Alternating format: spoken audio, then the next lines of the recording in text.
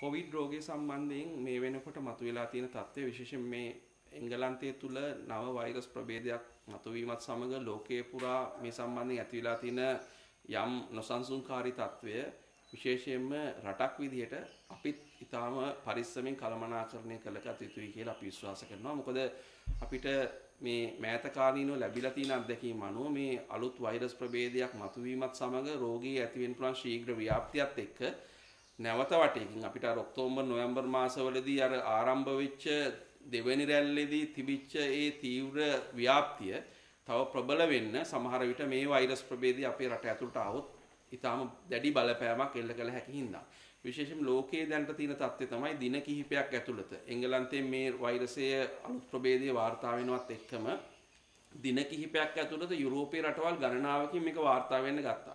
කියන්නේ කොච්චරම් වේගයකින් අනිත් රටවල් වලට මේක ගමන් කරලා තියෙනවද කියන එක පැහැදිලි. වෙන එකක් වා යුරෝපයෙන් ඔබට ගිහිල්ලා ඕස්ට්‍රේලියාවේ සිඩ්නි නගරයේ ආශ්‍රිතව මේ ප්‍රදේශ ආශ්‍රිතවත් මේ අලුත් වෛරස් ප්‍රභේදය හමු වුණා කියලා ජාත්‍යන්තර මාධ්‍ය වාර්තා කළා. ඊගාවට ඒ වෛරසයට අමතරව මේ අලුත් එංගලන්තයේ වෛරස් ප්‍රභේදයට අමතරව මේ වෙනකොට දකුණු අප්‍රිකාව තුලත් මේ අලුත් වෛරස් ප්‍රභේදයක් විශේෂයෙන්ම තරුණ ජනගහනය අතර ව්‍යාප්ත වෙන වෛරස් ප්‍රභේදයක් පිළිබඳ මේ දිනවල කතා බහට ලක් වෙමින් තියෙනවා. ඉතින් ඒ නිසා විශේෂයෙන්ම මේක අපි එක පැත්තකින් අපේ රට මේකෙන් බේර ගන්න කටයුතු කරන අතරතුරේදී මේක අපි බලාපොරොත්තු විය යුතු තත්ත්වයක් කියලාත් අපි විශේෂයෙන් සඳහන් කරනවා. මොකද සාමාන්‍ය වෛරස් රෝගවල ස්වභාවය මෙහෙම තමයි. දැන් ඊ දවස් ලෝක සෞඛ්‍ය සංවිධානය ඉතාම පැහැදිලිව කිව්වා මේක සාමාන්‍ය තත්ත්වයක්. මොකද ලෝක සෞඛ්‍ය සංවිධානයේ යාගේ ප්‍රකාශය හරහා කිව්වේ වෛරස් රෝගවල සාමාන්‍ය මේ අලුතෙන් ඇතිවෙන වෛරස් රෝග විශේෂයෙන්ම ඒ අලුත් ප්‍රභේද බිහිවෙමින් විකෘතියට භාජනය වෙමින් මියුටේෂන් සිද්ධ වෙමින් නව ප්‍රභේද බිහි වෙමින් ඉදිරියට ගමන් කිරීම සාමාන්‍ය තත්ත්වයක්. ඒ නිසා විශේෂයෙන් මේ සාමාන්‍ය තත්ත්වයක් කියන එකත් අවබෝධ කරගනිමින් හැබැයි අපේ මේ ව්‍යාප්තිය පාලනය කරන්න මේ පිළිබඳ කරපු අධ්‍යයනයන්ගේ ප්‍රතිඵල පාවිච්චි කරමින් අපි ඉදිරියට ගමන් කළ යුතුයි කියලා අපි විශ්වාස කරනවා. මොකද ලෝකේ අපිට ඊටාම් පැහැදිලිව ඊයේ වෙනකොට ජාත්‍යන්තර මාධ්‍ය වාර්තා කරලා තියෙන විදිහට මේ දෙවෙනි රැල්ල සමහර රටවල් වල සමහර රටවල තුන්වෙනි රැල්ලක් මතුවීමේ අවදානමක් මතුවලා තියෙනවා.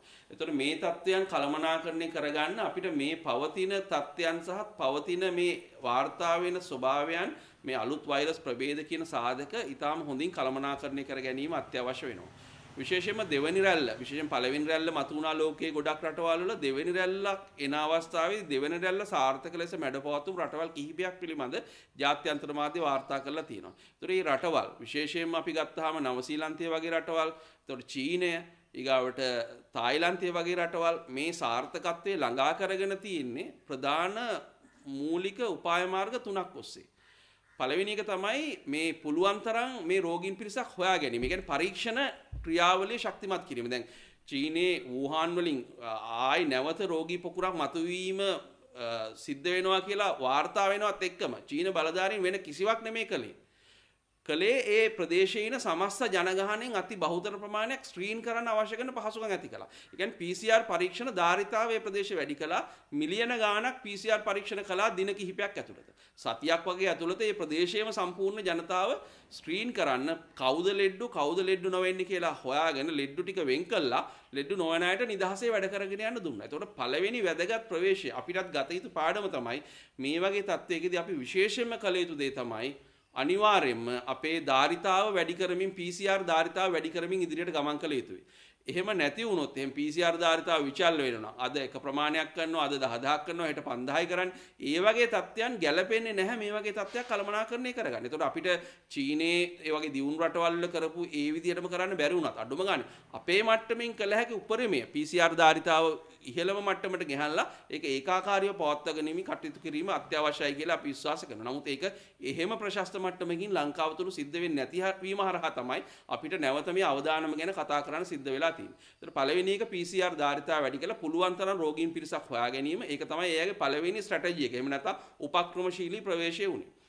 එයාගේ දෙවෙනි උපක්‍රමශීලී ප්‍රවේශය උනේ සංචරණ සීමාව නැති කිරීම. එතකොට රට ලොක්ඩවුන් නොවෙන්න, රට වැහෙන්නේ නැති වෙන්න ඒ ප්‍රදේශ අතර සංචාරන සීමා කිරීම අත්‍යවශ්‍යම ඒ අය කරපු දෙයක්.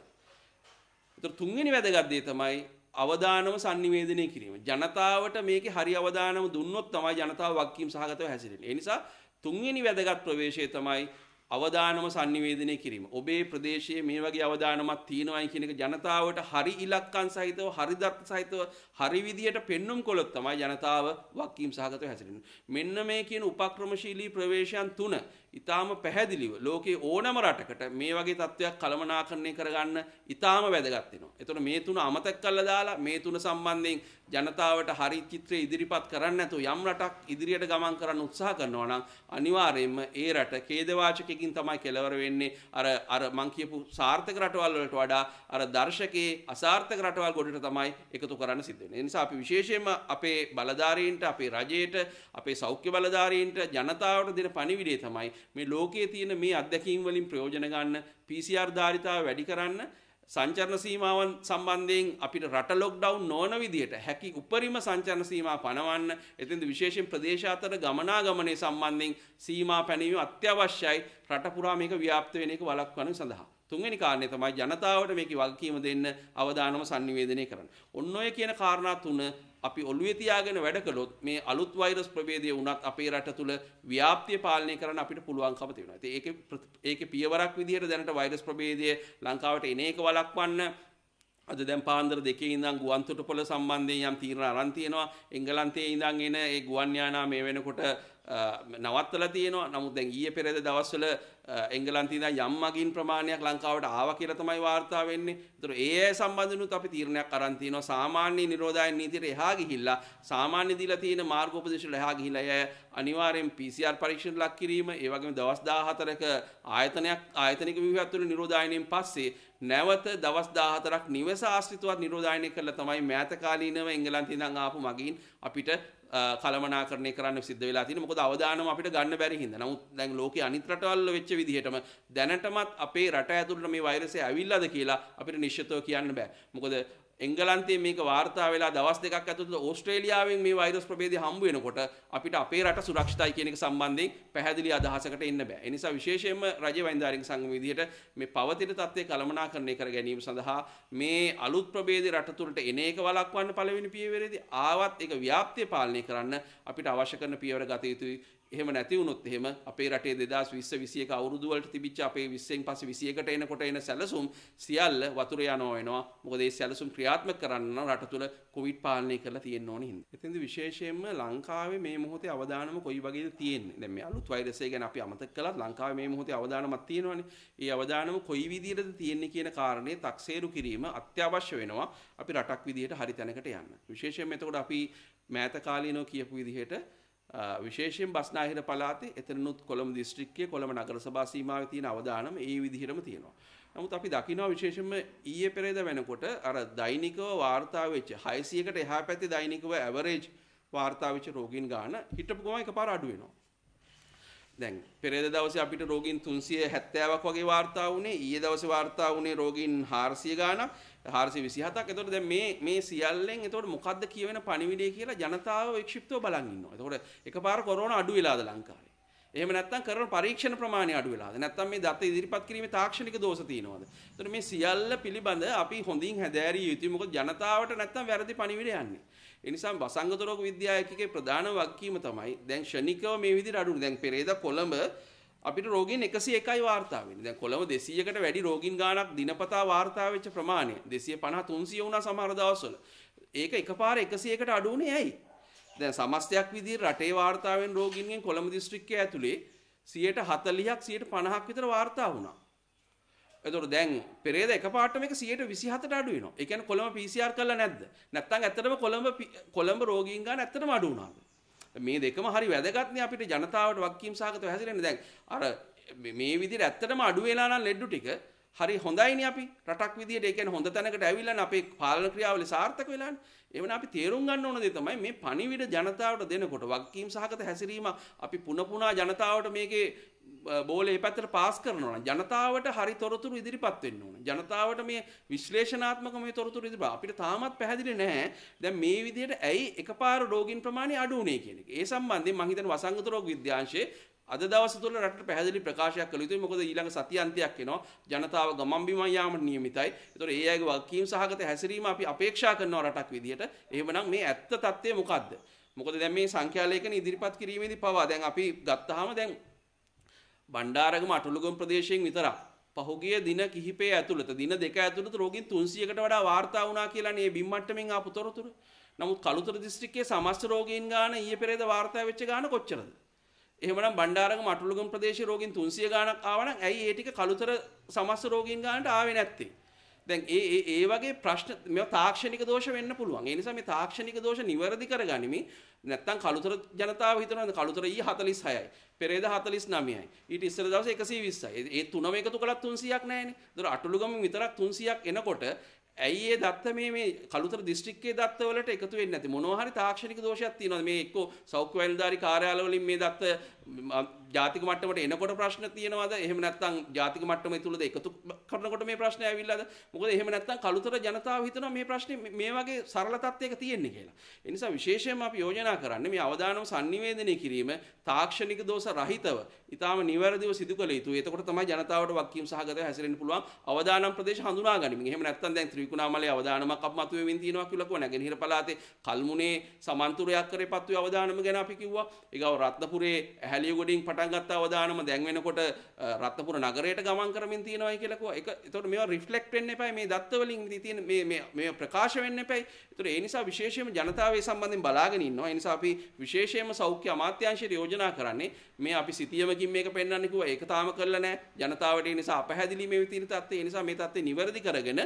මේ පවතින තත්ත්වය පිළිබඳ හරි චිත්‍රය හරි අවදානම ජනතාවට sannivedanaya කිරීම හරහා ජනතාවගේ වක්කීම් සහගත හැසිරීම බලාපොරොත්තු වෙනවා අවදානම් ප්‍රදේශ නිශ්චිතව හඳුනා ගනිමු රජයේ වෛද්‍ය නිලධාරීන්ගේ සංගම විදිහට අපි දිගටම කියපු දෙයක් තමයි මේ PCR ධාරිතාව එහෙම නැත්නම් PCR කිරීම හරහා මේ රෝගීන් හඹා ගොස් හඳුනා ගැනීම අත්‍යවශ්‍යයි කියන එක රටක් විදිහට රෝග තත්ත්වයේ පද්ධතිය කළමනාකරණය කරගන්න. එතකොට අපි දැන් විශ්ලේෂණාත්මක බැලුවාම දෙසැම්බර් මාසයේ මුල ඉඳන් මේ දක්වා කරපු PCR ප්‍රමාණය වගේම වාර්තා වෙච්ච රෝගීන් ගාන රෝගීන් වාර්තාවෙන් ප්‍රතිශතය ගත්තාම ඒ විචල්්‍ය වීම ඉතාම පැහැදිලි චිත්‍රයක් අපිට පෙන්වන්න කරනවා. දැන් දෙසැම්බර් මාසේ පළවෙනිදා ඉඳන් දෙසැම්බර් 20 දක්වා දත්ත අපි විශ්ලේෂණය කරලා තියෙනවා. ඒ අනුව සමස්තයක් විදිහට රට ඇතුලේ 277808ක් PCR කරලා තියෙනවා. කියන්නේ ඇවරේජ් සාමාන්‍යයෙන් දවසකට කරලා තියෙන 13890ක්.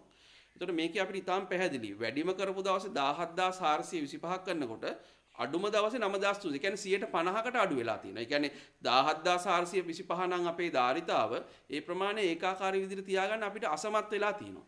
දැන් 11 වෙනිදා 12 වෙනි මාසේ 11 වෙනිදා 17425ක් PCR කරනකොට දවස් 3ක් යනකොට 14 වෙනිදා කරලා තියෙන්නේ 9363යි.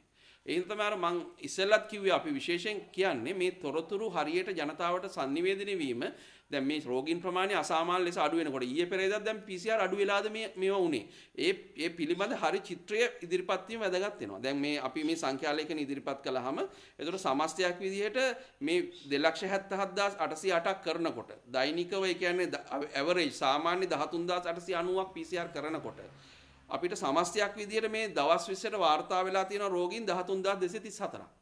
ඒ කියන්නේ ඇවරේජ් එක දවසකට රෝගීන් 662ක් වාර්තා වෙලා තියෙනවා.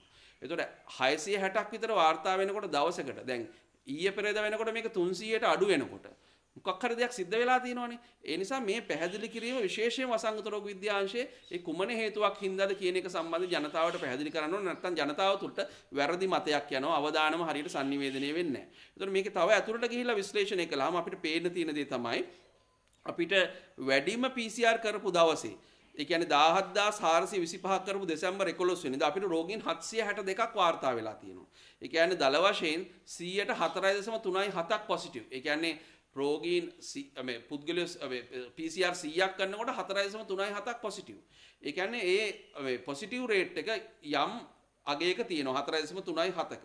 එතකොට දැන් අපි ගත්තාම අපේ අඩුම PCR කරපු දවසේ 9363ක් PCR කරනකොටත් 688ක් රෝගීන් ඇවිල්ලා තිනවා. ඒ කියන්නේ පොසිටිව් රේට් එක අසාමාන්‍ය ලෙස වැඩි වෙලා තියෙනවා මේ දවසේ. ඒ කියන්නේ 12/14 වෙනිදා 9363ක් PCR කරනකොට 688ක් රෝගීන් වාර්තා වෙනවා කියන්නේ පොසිටිව් රේට් එක 7.35. දැන් අර වැඩිම කරපු දවසට වඩා දෙගුණයකට ආසන්න ප්‍රමාණයකින් පොසිටිව් රේට් එක වැඩි වෙලා තියෙනවා. ඒ නිසා මේ මේවා හරියටම අර කියන්නේ PCR වැඩි කරන පළියටම වැඩි වෙන්නේ නැහැ කියන එකත් පැහැදිලි වෙනවා. ඒ වගේ අඩු වෙච්ච පළියටම අඩු වෙන්නේ නැහැ. ඒ හින්දා තමයි ජනතාවට මේ පිළිබඳ හරි තොරතුරු දැන් ඊයේ පෙරේදා දත්තත් එක්ක ඉදිරිපත් වී ඇත්තේ. ඒ කියන්නේ මේ දවස් 20 ඇතුළත වැඩියෙන්ම රෝගීන් වාර්තා වෙච්ච දවස තමයි දෙසැම්බර් 2 වෙනිදා. එදා වාර්තා වෙලා තියෙන රෝගීන් 878. එදා PCR කරලා තියෙන්නේ 13632. එදා එතකොට රේට් එක කියන්නේ PCR කරන ගානෙන් 100ට කීයක් පොසිටිව් වෙනවද ගත්තාම 6.44. 6.44. එතකොට මේ දවස් 20 තොරතුරු ගත්තාම අපිට වාර්තා වෙලා තියෙනවා PCR 2,77,808ක් කරනකොට රෝගීන් 13,234ක්. ඒ කියන්නේ දල වශයෙන් 4.8ක පොසිටිව් රේට් එකක් තමයි පහුගිය දිනවල තිබුණේ. එතකොට දැන් එහෙමනම් ඊයේ පෙරේද දවස් දෙක ඇතුළත මේ පොසිටිව් රේට් එක වැඩි වෙලාද අඩු වෙලාද PCR අඩු වෙලාද වැඩි වෙලාද? නමුත් අපිට පැහැදිලිව පේන එක දෙයයි තියෙන්නේ තමයි රෝගීන් ගාන අඩු වෙලා. ඒතකොට ඒක උනේ කොහොමද කියන එක මම හිතන්නේ වසංගත රෝග විද්‍යාංශය පැහැදිලි කළා. එළවෙන සතියන්තයේ ජනතාවගෙන් අපි වගකීම් සහගත හැසිරීමක් බලාපොරොත්තු වෙනවා නම් මේ පැහැදිලි කිරීම අද දවසේ ඇතුළත වසංගත රෝග විද්‍යාංශයෙන් සිදු කළ යුතුයි කියලා අපි විශේෂයෙන් විශ්වාස කරනවා. මොකද මේ PCR ධාරිතාව හැකි උපරිමයට ගෙන එන එක මේ විචල්්‍ය වීම තොරව PCR සිදු කරන එක අත්‍යවශ්‍යයි කියන එක. ඒතර PCR එකට අමතරව දැන් අපිට රැපිඩ් ඇන්ටිජන් ටෙස්ට් එක තියෙනවා. එතෙට ගැළපෙන තැන් වලට ඇන්ටිජන් ටෙස්ට් එකත් ආදේශ කරමින් මේ PCR එකත් සමග විකල්ප දැන් හඳුනා ගැනීමෙන් ඒකාබද්ධව අපිට හැකි උපරිමය කළ යුතුයි. මොකද වසංගත රෝග විද්‍යාංශයේම මීට දින කිහිපයකට කලින් පැහැදිලිව ප්‍රකාශ කළා මේ PCR 13,000 මේ පද්ධතිය කළමනාකරණය කරන්න ප්‍රමාණවත් නැහැ කියන. ඒ අය කිව්වේ අඩුම ගානේ 20000ක ඉලක්කමට යන්න ඕන. අවසානයේදී අය කිව්වා PCR සහ ඇන්ටිජන් දෙක කලවම් කරමින් මේක ගමන් කළ යුතුයි කියලා. ඒ නිසා 20000ට කොහොමත් අපි ගිහිල්ලා නැහැ. වසංගත රෝග විද්‍යාංශ ඉලක්කය කියන්නේ සම්පූර්ණ වෙලා නැහැ. ඒ නිසා අපේ රට තුල යම් මේ තියෙන තත්ත්වයට යටතේ මොකද අපි කියවනේ සාර්ථක වෙන්න නම් අත්‍යවශ්‍ය දෙයක් රෝගීන් ටික හොයාගන්න ඕනේ. ඒක රෝගීන් ටික හොයාගන්න නැතුව සාර්ථක වෙන්න බෑ. මොකද සමාජය තුළ නිදහසේ රෝගීන් ඇවිදින තාක්කල් සමාජය අනාරක්ෂිතයි. ඔබ අනාරක්ෂිතයි, මම අනාරක්ෂිතයි, රටම අනාරක්ෂිතයි. ඒ නිසා විශේෂයෙන්ම මේ PCR ප්‍රමාණය සම්බන්ධයෙන් මේ අපි ඉදිරිපත් කරපු සංඛ්‍යා ලේඛනත් එක්ක දත්ත පාදක කරගෙන රටට නිවැරදි මේ පද්ධති කළමනාකරණයක් සිදු වෙතයි කියලා අපි විශේෂයෙන්ම විශ්වාස කරනවා. ඊගාවට මම හිතන්නේ අපි හැමෝගෙම අවධානය යොමු යුතුයි මේ එන්නතක් සම්බන්ධයෙන් ලෝකේ පුරා කතා බහට ලක් වෙනවා. මේ වෙන රටවල් ගණනාවක් මේ හදිසි අනුමැතිය යටතේ මේ එන්නත් සමහරක් පාවිච්චි කරමින් ඉන්නවා. විශේෂයෙන් ෆයිසර් එන්නත ඊට අමතරව ඇමරිකා එක්සත් ජනපදයේ තුල මොඩර්නා එන්නතත් මේ වෙනකොට හදිසි අනුමැතියට එරත්ව ඒ එන්නත් ලබා දෙමින් සිටිනවා. එතකොට ඒ නිසා අපේ රට තුලත් මේ ජනතාව ගොඩක් බලාපොරොත්තුෙන් ඉන්නවා මේ එන්නතක් කවදද අපේ රටට එන්නේ කියන එක. ඒ නිසා විශේෂයෙන්ම අපි දැක්කා ඊ දවස්වල ගරු අග්‍රාමාත්‍යතුමා එක්සත් ජාතීන්ගේ සංවිධානය යුනෙස්කෝ සහ WHO ලෝක සෞඛ්‍ය සංවිධානය සමග මේ සම්බන්ධයෙන් පැහැදිලි සාකච්ඡාවක නිරත වෙලා ඉන්නවා අපේ රටට හැකි ඉක්මනින් මේ එන්නත ගෙන්වා ගැනීම සම්බන්ධයෙන්. ඒ වගේම අතිගරු ජනාධිපතිතුමා ඊයේ පැවැත්වපු කොවිඩ් කාර්යසාධක බලකා විශේෂයෙන් කමිටු රැස්වීමේදී මේ සම්බන්ධයෙන් විශේෂයෙන් බලතල පැවරුවා හිටපු ජනාධිපති ලේකම්වරයෙක් වෙන ලලිත් වීරතුංග මහත්මයාට මේ සම්බන්ධයෙන් සම්බන්ධීකරණ කටයුතු කරන්න කියලා. ඊට අමතරව සෞඛ්‍ය අමාත්‍යාංශය ඇතුළේ මේ සම්බන්ධයෙන් තාක්ෂණික කමිටු කිහිපයක් මේ වෙනකොට රැස් වෙනවා. එතෙන්දී විශේෂයෙන් අපේ රටට ගැළපෙන එන්නත මොකක්ද කියන එක. ඒතර ෆයිසර් එන්නත සම්බන්ධයෙන් ප්‍රශ්න කිහිපයක් මතුවලා තියෙනවා. විශේෂයෙන් අපේ වගේ රටවල් වලට මේවා ගබඩා කරන්නේ කොහොමද? ශීතදාමයේ කොහොමද තියන්නේ? විශේෂයෙන් දුෂ්කර පළාත් වලට ග්‍රාමීය ප්‍රදේශවල මේ එන්නත් කරන්නේ නිරත වෙන්නේ කොහොමද කියලා. ඒ නිසා විශේෂයෙන්ම අපේ රටට ගැළපෙන එන්නත මොකක්ද? ලෝක සෞඛ්‍ය සංවිධානය සම්බන්ධයෙන් කරන නිර්දේශය මොකක්ද? ලෝක සෞඛ්‍ය සංවිධානය මේ වෙනකොටත් මේ නිෂ්පාදන සමාගම් වලට බිලියන 2කට ආසන්න ප්‍රමාණයක් ඇනවුම් කරලා තිනවා අපේ වගේ රටවල් වලට සහ දුප්පත් රටවල් වලට මේ එන්නත බෙදා දෙන්න. ඒ කියන්නේ සාධාරණ විදිහට ලෝකේ පුරා මේ එන්නත ව්‍යාප්ත කිරීම සඳහා එන්නත බෙදා හැරීම සහතික කිරීම සඳහා අවශ්‍ය මැදිහත් වීම කරනවා. ඒ අනුව තමයි අපේ රටෙත් පළවෙනි වටේදී ජනගහනයෙන් 20%ක ප්‍රමාණයක් සඳහා අවදානම් කණ්ඩායම් හඳුනා ගනිමින් වැඩිම වල්නරබල් එහෙම නැත්නම් වැඩිම අවදානම සහිත මේ කණ්ඩායම සඳහා මේ එන්නත ලබා දීම සඳහා මේ වෙනකොට සැලසුම් සකස් වෙමින් තියෙන්නේ. ඒකට අවශ්‍ය කරන බිම් මට්ටමේ යාන්ත්‍රණ පුහුණු කිරීම ඒ කටයුතු කඩිනමින් ආරම්භ විය යුතුයි කියලා අපි විශ්වාස කරනවා. ඒ නිසා මේ එන්නත් අතරින් අපිට ගැළපෙන එන්නත තෝරා ගැනීම, ඒ සඳහා ලෝක සෞඛ්‍ය සංවිධානයේ මැදිහත් වීම ලබා ගැනීම, ඊගාවට අපේ ලොජිස්ටික්ස් ටික අපි හදාගෙන ශීතදාමයේ ඇතුළු ඒවා රැකගෙන ඉදිරියට ගමන් කරන්න අවශ්‍ය කරන පසුබිම සකස් කිරීම මේ සියල්ල ඊටාම කඩිනමින් සිදුවිය යුතුයි. අවසානයේදී ලෝක සෞඛ්‍ය සංවිධානයේ අනුමැතිය මේ සම්බන්ධ ලැබුණු වහාම අපේ රට තුළට එන්නත ලබා ගැනීම සඳහා අවශ්‍ය කරන කටයුතු මේ වෙනකොට සකස් වෙමින් තියෙන කටයුතු වඩා කාර්යක්ෂම කළ යුතුයි කියලා අපි යෝජනා කරනවා. නමුත් අපි ජනතාවට පැහැදිලිව කියන්නේ මේ එන්නතක් ආවත්, බටහිර ඖෂධයක් ආවත්, හෙළවසුවක් ආවත්, දේශීය ඖෂධ ආයුර්වේද ඖෂධයක් ආවත් මේ සියල්ල තාමත් අවසන් අනුමැතිය ලැබිලා නැහැ. ඒ නිසා මේ මොහොතේදී ඔබට තියෙන වගකීම තමයි ඒ එකක්වත් කෙරෙහි අනවශ්‍ය විශ්වාස අනවශ්‍ය බලාපොරොත්තු තියාගන්න නැතුව මේ වෙලාවේ අපි සනාථ වෙලා තියෙන මූලික සෞඛ්‍ය පුරුදුත් එක්ක ගත කරන එක, අත්සෝදනයක මුවාවරණයක් පාවිච්චි කරන එක, මීටරේ දුර තියාගෙන ඉන්න එක සම්බන්ධයෙන් කිසිදු වෙනසකින් තොරව මේ පැහැදිලි මාර්ගෝපදේශ ඔස්සේ ගමන් කිරීම නව සාමාන්‍යකරණය කියලා අපි හඳුන්වලා දීලා තියෙන තත්ත්වයන් එක්ක ඉදිරියට ගමන් කිරීම තමයි ජනතාවට මේ මොහොතේ පැවරෙන වගකීම. නමුත් රජයන්ට සහ බලධාරීන්ට ඊට වඩා වැඩි වගකීමක් එනවා. ඒ තමයි අපේ රට තුළට මේ එන්නත් සහ අපි මේ කතා කරන ඖෂධ අවසන් අනුමැතියට ලැබිය හැකිද කියන කාරණේ සම්බන්ධයෙන් හරි පැහැදිලි කිරීමකුත් එක්ක ජනතාව ව්‍යාකූල කරන්නේ නැතුව ජනතාව නිරවුල් කළා ඉදිරියට ගමන් කිරීම අත්‍යවශ්‍යයි කියන එක අවධාරණය කරනවා. මොකද අපි දැක්කා ඊයේ දවස්වලත් මේ විශේෂයෙන්ම අපි දිගටම කතා කරපු මේ රට ඉදිරියේ දිගටම සංවාදයට බඳුන් ජනතාවගෙන් කොටසක් ඊටාම දැඩි විශ්වාසයකින් ඒ සම්බන්ධයෙන් බලාපොරොත්තු සහගතව ඉන්න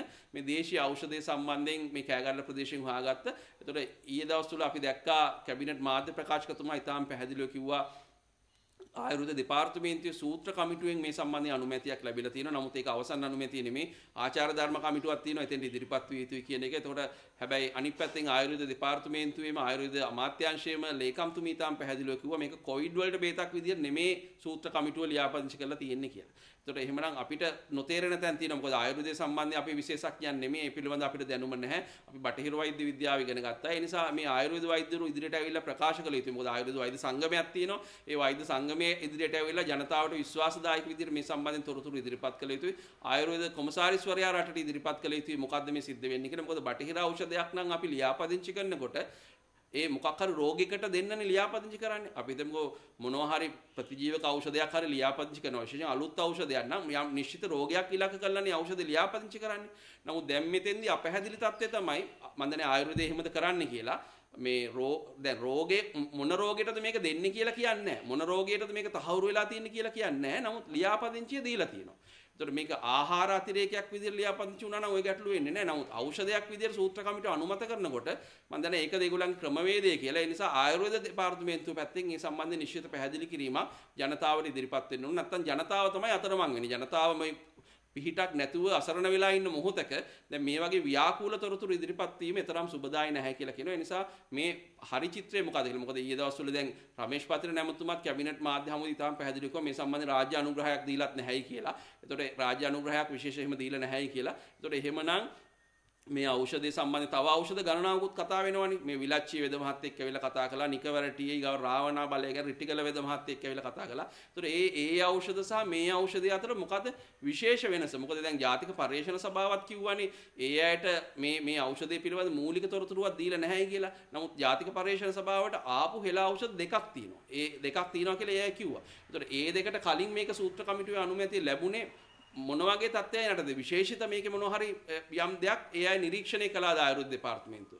ඒ නිසා මේ පැහැදිලි කිරීම අනිවාර්යයෙන්ම අපි බලාපොරොත්තු වෙනවා ජනතාවට අද දවස් තුල ආයුර්වේද දෙපාර්තමේන්තුව පැත්තෙන් ආයුර්වේද වෛද්‍ය සංගමයේ පැත්තෙන් ඉදිරිපත් වෙයි. මොකද අපි මේ සම්බන්ධයෙන් විශේෂඥ නොවන නිසා අපිට මේ සම්බන්ධයෙන් කියන්න බෑ. මොකද ඒ අය පැහැදිලිවම කියන දේ තමයි මේක සූත්‍ර කමිටුව අනුමත කළා. නමුත් කොවිඩ් වලට බේතක් නෙමෙයි කියලා. එතකොට අපැහැදිලි මොකද්ද තත්ත්වය කියන එක ඒ පැහැදිලි කිරීම ජනතාවට අද දවස් තුල ඉදිරිපත් වීම විශ්වාසය රැකගෙන මේ ගමන ඉදිරියට ගමන් කිරීම සඳහා අත්‍යවශ්‍යයි කියන එක අපි අවධාරණය කරනවා. ඊයේ දවස්වල විශේෂයෙන් කතා බහට ලැක්වෙච්ච දෙම ඊයේ පෙරේද වෙනකොට මේ ආදාහන භූමි දානයේ සම්බන්ධයෙන් මතුවලා තියෙන තත්ත්වය. එතෙන්ද විශේෂයෙන් මේ මුස්ලිම් ජනතාවගේ ආගමික විශ්වාසات එක්ක මේ ඒ අයගේ දේහ ආදාහනය කිරීමේදී ඒ අයගේ ඇති වෙලා තියෙන ප්‍රතිරෝධයත් එක්ක මේ සම්බන්ධයෙන් තාක්ෂණික කමිටුවක් මේ වෙනකොට පත් කරලා තියෙනවා. මේක මම හිතන්නේ දැන් කාලයක් තිස්සේ මේ තාක්ෂණික කමිටුව තියෙනවා කියලා කිව්වා. නමුත් ඒක ඇතුලේ සංගීතය මොකක්ද කියලා හරියටම රටට පැහැදිලි නැහැ. ඒකත් රටට ඉදිරිපත් විය යුතුයි කියලා අපි විශ්වාස කරනවා. මොකද මේවා පාරදෘශ්‍යව සිදු වුණොත් තමයි ජනතාව පිළිගන්නේ. එහෙම නැතුව කමිටුවේ කවුද ඉන්නේ කියලාවත් රට දන්නේ නැත්තම්. මොකද දැන් මේ ආයුර්වේද මේ හෙළවසුව සම්බන්ධයෙන් කමිටුවේදී කමිටුවේ ඉන්නේ කවුද කියලා රටට කිව්වනේ. ඒතකොට ඒ නිසා ඒක පාරදෘශ්‍යයි. කමිටුව සභාපතිවරයා ආයුර්වේද වෛද්‍ය විද්‍යාව පිළිබඳ හොඳ විශේෂඥයෙක්. ඊගාවට මේ බටහිර වෛද්‍ය විද්‍යාව පිළිබඳ විශේෂඥයෙක්. ඒතකොට මේ කමිටුවේ සංවිධානයත් අපි රට දන්නවා. ඒතකොට කාගෙන්ද අපි ප්‍රශ්න කරන්න ඕනේ? ඒ සම්බන්ධව වග කියන්නේ කවුද කියලා දන්නවා. නමුත් මේ කමිටුව මේ ආදාහන භූමි දාමනි සම්බන්ධයෙන් පත් කරපු කමිටුව කවුද ඉන්නේ මොන ශේෂ්ත්‍රවල ඉන්නේ ආයිද කියලා තාම රට දන්නේ නැහැ. ඒ නිසා පළවෙනියට මේ කමිටුව සංවිධානය මොකද්ද කියලා රටට හෙළිදරව් කරන්න කියලා අපි ඉල්ලා සිටිනවා. මොකද අපි මේ සංවිධානය මෙහෙමයි වෙන්න ඕන කියලා අපි පැහැදිලිවම සංගමයක් විදිහටම මාර්තු අප්‍රේල් වෙනකොටම කිව්වා. මේ ප්‍රශ්නේ එන්න පුළුවන් කියන එක අපි අඳුනගෙන. ඒ නිසා විශේෂයෙන් ඒක ඉදිරිපත් කරන්න. ඒ වගේම මේ කමිටුව තාක්ෂණික නිවැරදි සංහිතිය යුතු කමිටුවක් නම් ඒ කමිටුව හරහා තීරණය වහම් ප්‍රකාශයටපත් කරන්න. මොකද මේ තීරණය දවස ගානේ ප්‍රමාද වෙනවා. අවසන් තීරණයක් තාම ඇවිල්ලා නැති බව තමයි සෞඛ්‍ය සේවා අධ්‍යක්ෂක ජෙනරාල්වරයා විසින් ඊයේ දවස්වල පෙරේද දවස්වල කරපු ප්‍රකාශ වලින් පැහැදිලි වෙන්නේ. මොකද තාවකාලික පියවරක් විදිහට තමයි මේ ශීතකරණ ඇතුලේ මේ මృతදේහ දැනට තියන්නේ මේ අවසන් තීරණය එනතෙක් කියලා තමයි සෞඛ්‍ය සේවා අධ්‍යක්ෂක ජෙනරාල්තුමා විසින් කියලා තියෙන්නේ. ඒතකොට ඒක තාවකාලික පියවරක් විදිහට ගත්තා නම් ඒක දිගටම කරන්න බෑ. ඒකට සීමාවන් තියෙනවා. මේ ශීතකරණ යම් සීමිත ප්‍රමාණයක් තමයි අපිට තියෙන්නේ. මේ අධිශීතකරණ ඒවල ඒ ප්‍රමාණයේ ධාරිතාව ඉක්මවා ගියොත් එමේ ඊළඟට එන මృతදේහ අපි කොහෙද ගබඩා කරන්නේ? මේ තීරණය හින්දා දවසක්වත් කල් යවන්න නැතුව මේ පුළුවන් තරම් ඉක්මනට ලෝකයේ තියෙන අත්දැකීම් උත්පාදක කරගෙන අපේ රටේ සමාජීය ජනතාව විදිහට හිතන පතන විදිහ සැලසුම් කරන විද්‍යාත්මක සහ සෞඛ්‍ය විද්‍යාත්මක තාක්ෂණික කාරණා විශේෂයෙන් පෙරටු කරගෙන ඒ තීරණ වහාම රටට ප්‍රකාශ විය යුතුයි කියලා අපි විශ්වාස කරනවා. මේක දවසක් ගානේ ප්‍රමාද වෙන දවසක් ගානෙම රට තුල යම් ව්‍යාකූල තත්ත්වයක් තමයි නිර්මාණය වෙන්නේ. ඒ නිසා අපි රජයේ වෛද්‍යාරික සංඝ විදිහට යෝජනා කරනවා මේ ශීතකරණ වල ගබඩා කිරීම සම්බන්ධයෙන් දැනට අරන් තියෙන ක්‍රියාමාර්ග විශේෂයෙන් ආරක්ෂිත ක්‍රමවේද හරහා බොඩි බෑග්ස් වල දාලා ඒ හරහා යම් විශේෂ සෞඛ්‍ය ප්‍රශ්නයක් මතුවෙනවා කියලා අපි නිරීක්ෂණය කරන්නේ නැහැ. නමුත් මේකේ යම් සීමාවක් තියෙනවා. අපි කොච්චර කාලයක් මෙහෙම තියාගෙන ඉන්නවද? මේක තවත් ප්‍රමාද කරනවද මේ තීරණය? ඒ සම්බන්ධයෙන් විශේෂයෙන් මේ නිසා මොකද අධිකරණයේ මේ සම්බන්ධයෙන් නියෝගයකුත් තියෙනවා. ගාල්ල මහේස්ත්‍රාත් අධිකරණයේ යම් මන් දැක්ක නියෝගයක් තියෙනවා. ඊට කලින් ශ්‍රේෂ්ඨ අධිකරණයේ නියෝගයක් තියෙනවා. ඊගාවට යම් පරස්පර මත ප්‍රකාශ වෙමින් තියෙනවා. දැන් හොංකොං විශ්වවිද්‍යාලයේ ශ්‍රී ලාංකික මහාචාර්යවරයෙක් වෙන මලික් පීරිස් මහතුමා ඉතාම පැහැදිලිව මේ සම්බන්ධයෙන් එතුමාගේ මතය කියලා තියෙනවා. අපි ගොඩක් ප්‍රශ්නවලදී එතුමාගේ මතය එතුමාගේ අදහස් සැලකිල්ලට අරගෙන අපි තීරණ අරන් තියෙනවා. ඊගාවට රට ඇතුළේ විශේෂඥයන් තවත් විදිහකට තවත් මත ප්‍රකාශ කරන අය ඉන්නවා. විශේෂයෙන් භූගර්භ විද්‍යාව පිළිබඳ විශේෂඥවරියක් මම දැක්ක දිගටම කියනවා මේ හරහා ඉතාම භයානක තත්ත්වයක් නිර්මාණය වෙන්න පුළුවන්. පොළොව පලාගෙන වෛරස් එක ආයි මතුවෙන්න පුළුවන් කියලා එතුමිය කිව්ව එක්තරා අවස්ථාවකදී. මේ සියලුම කාරණා සැලකිල්ලට අරගෙන විශේෂයෙන්ම වෛරස් වේදයේ පිළිබඳ ශුද්ධ ජීව විද්‍යාව පිළිබඳ විශේෂඥයන්ගේ අදහස් සැලකිල්ලට අරගෙන මේ අපි දන්න සහ මේ ලෝකයේ තියෙන අනිත් අත්දැකීම් පාදක කරගෙන මේ සම්බන්ධයෙන් ඊටාම පැහැදිලි තීරණයක් තාක්ෂණික කමිටුව හරහා ලබා දී යුතුයි කියලා අපි විශ්වාස කරනවා. ඒ නිසා මේ తాවකාලිකව අරන් තියෙන පියවර දීර්ඝ කාලයක් යන්නේ නැතුව ස්ථිර නිගමනයකට ඇවිල්ලා ඒ සම්බන්ධයෙන් රටේම එකඟතාවය සහිතව කටයුතු කරයි කියලා රජයේ වෛද්‍යාරික සංඝ විදිහට අපි බලාපොරොත්තු වෙනවා. විශේෂයෙන් මේ දැන් දවස් කිහිපයකින් නත්තල් උත්සවය උදා වෙනවා. ඊගාවට නව වසරක් උදා වෙනවා. මේ උත්සව සමය තමයි ලැබිලා තියෙන්නේ. ඒතර මේ කාල සීමාව ඇතුළත අපි ගන්න තීරණ හරහා අපේ රටේ අනාගතය විශේෂයෙන් 2021 අවුරුද්දේ අපේ අනාගතය බොහෝ දුරට තීරණය විය හැකියි. ඒ නිසා විශේෂයෙන්ම මේ වෙනකොට බස්නාහිරට කේන්ද්‍ර වෙලා තියෙන අවදානම ලංකාවේ තැන් වලින් උපපකුරු නිර්මාණය වීම හරහා යම් අවදානමක් මතුවලා තියෙනවා. යම් විභවයක් නිර්මාණය වෙලා තියෙනවා ලංකාවේ විවිධ තැන්වල යම් රෝග ව්‍යාප්තියකට යන්න. විශේෂයෙන් බස්නාහිර පළාතෙන් එළියට මේ රෝගේ ව්‍යාප්ත වෙනවා. ඒතකොට ඒ තත්ත්වයක් නිෂේධනය කරමින් බස්නාහිර පළාත තුලත් හැකි අවම රෝගීන් ප්‍රමාණයක් වාර්තා වෙන විදිහට රෝග තත්ත්වය කළමනාකරණය කර ගැනීම සඳහා බලධාරීන් නිවැරදි තීරණ ගත යුතුයි. එතෙන්ද විශේෂයෙන්ම මේ සංචරණ සීමා සම්බන්ධයෙන් මේ පවතින තත්ත්වය මේ විදිහට තියාගන්නවද නැත්නම් තව ඉස්සරහට ගෙනියනවද කියන කාරණේ සම්බන්ධයෙන් විශේෂ අවධානයක් යොමු කළ යුතුයි කියලා අපි විශ්වාස කරනවා. මේ පවතින තත්ත්වය සැලකිලිට බස්නාහිර පළාතෙන් එළියට මේ අවදානම් ව්‍යාප්ති වීම පුළුවන් තරම්. මොකද මේ දීර්ඝ සතියන්තයක් එන්නේ. ඒතර අපි මේ සම්බන්ධයෙන් පැහැදිලි මාර්ගෝපදේශ නිකුත් කළා තියෙනවා. ඊයේ දවස්වල ජනාධිපති කාර්යසාධක බලකායත් මේ සම්බන්ධයෙන් කතා බහ කළා තියෙනවා. ඒ නිසා මේ සම්බන්ධයෙන් හරි නිශ්චිත තීන්දුව මොකක්ද කියලා අද හෙට දවස් දෙක ඇතුළත රටට ඉදිරිපත් විය යුතුයි කියලා අපි විශ්වාස කරනවා.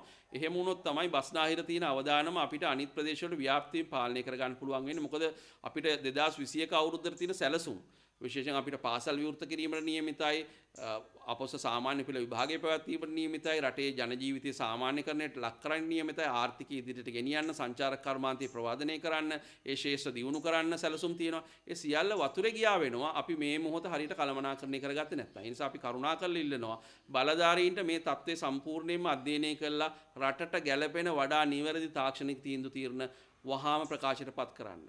ඒ වගේම ජනතාවට අපි කියන ඔබගේ වගකීම ඔබ මේ මොහොතේ හැසිරෙන විදිහත් එක්ක බලධාරීන් ගන්න තීරණ වෙනස් වෙනවා. ඔබ වගකීම් සහගතව හැසිරුණොත් සංචාරන සීමා දැඩි කරන්න අවශ්‍ය වෙන එකක් නැහැ. නමුත් ඔබ වගකීම් විරහිතව හැසිරුණොත් එහෙම තැන් වලින් අපිට එහෙම වාර්තා වෙනවා. ඔබ වගකීම් විරහිතව හැසිරුණොත් එහෙම වෙන විකල්පයක් ඉතුරු වෙන්නේ නැහැ බලධාරීන්ට සංචාරන සීමා තව දැඩි කරනවා ඇරෙන්න. ඒ නිසා අවසානයේදී රට ලොක්ඩවුන් වෙනවද ජනවාරි මාසේ? එහෙම නැත්නම් මේ තවතින තත්ත්වයෙන් ඉදිරියට ගන්න පුළුවන්ද? නැත්නම් තව ලිහිල් කරන්න පුළුවන්ද කියලා තීරණය වෙන්නේ මේ ඉදිරි දවස් කිහිපය ඇතුළත ඔබ මම අපේ වගකීමත් එක්ක අපි වගකීම් සහගතව හැසිරීමත් එක්ක ඒ නිසා අපි කරුණාකරලා ඉල්ලනවා ජනතාවගේ වගකීම් සහගත හැසිරීම ඒ වගේම බලධාරීන්ගෙන් වගකීම් සහගත තීන්දුව ප්‍රකාශයටපත් කිරීම ඒ හරහා රටේ අනාගතයේ විශේෂයෙන් 2021 අවුරුද්ද 2020ට වඩා සුබදායී කර ගැනීම සඳහා අවශ්‍ය මාවත ප්‍රවේශය අපි සකස් කරගත යුතුයි මේ කටයුතුත් එක්ක කියලා අපි විශ්වාස කරනවා. ඒ සඳහා දැනට පූර්ව සූදානමක් විදිහට දැන් දවස් 3-4ට කලින් අපි බස්නාහිරෙන් පිට වෙන අයගේ රැපිඩ් ඇන්ටිජන් ටෙස්ට් එක හරහා අහමු ලෙස තෝරාගත්ත පිරිස් වල කිරීම ආරම්භ කළා.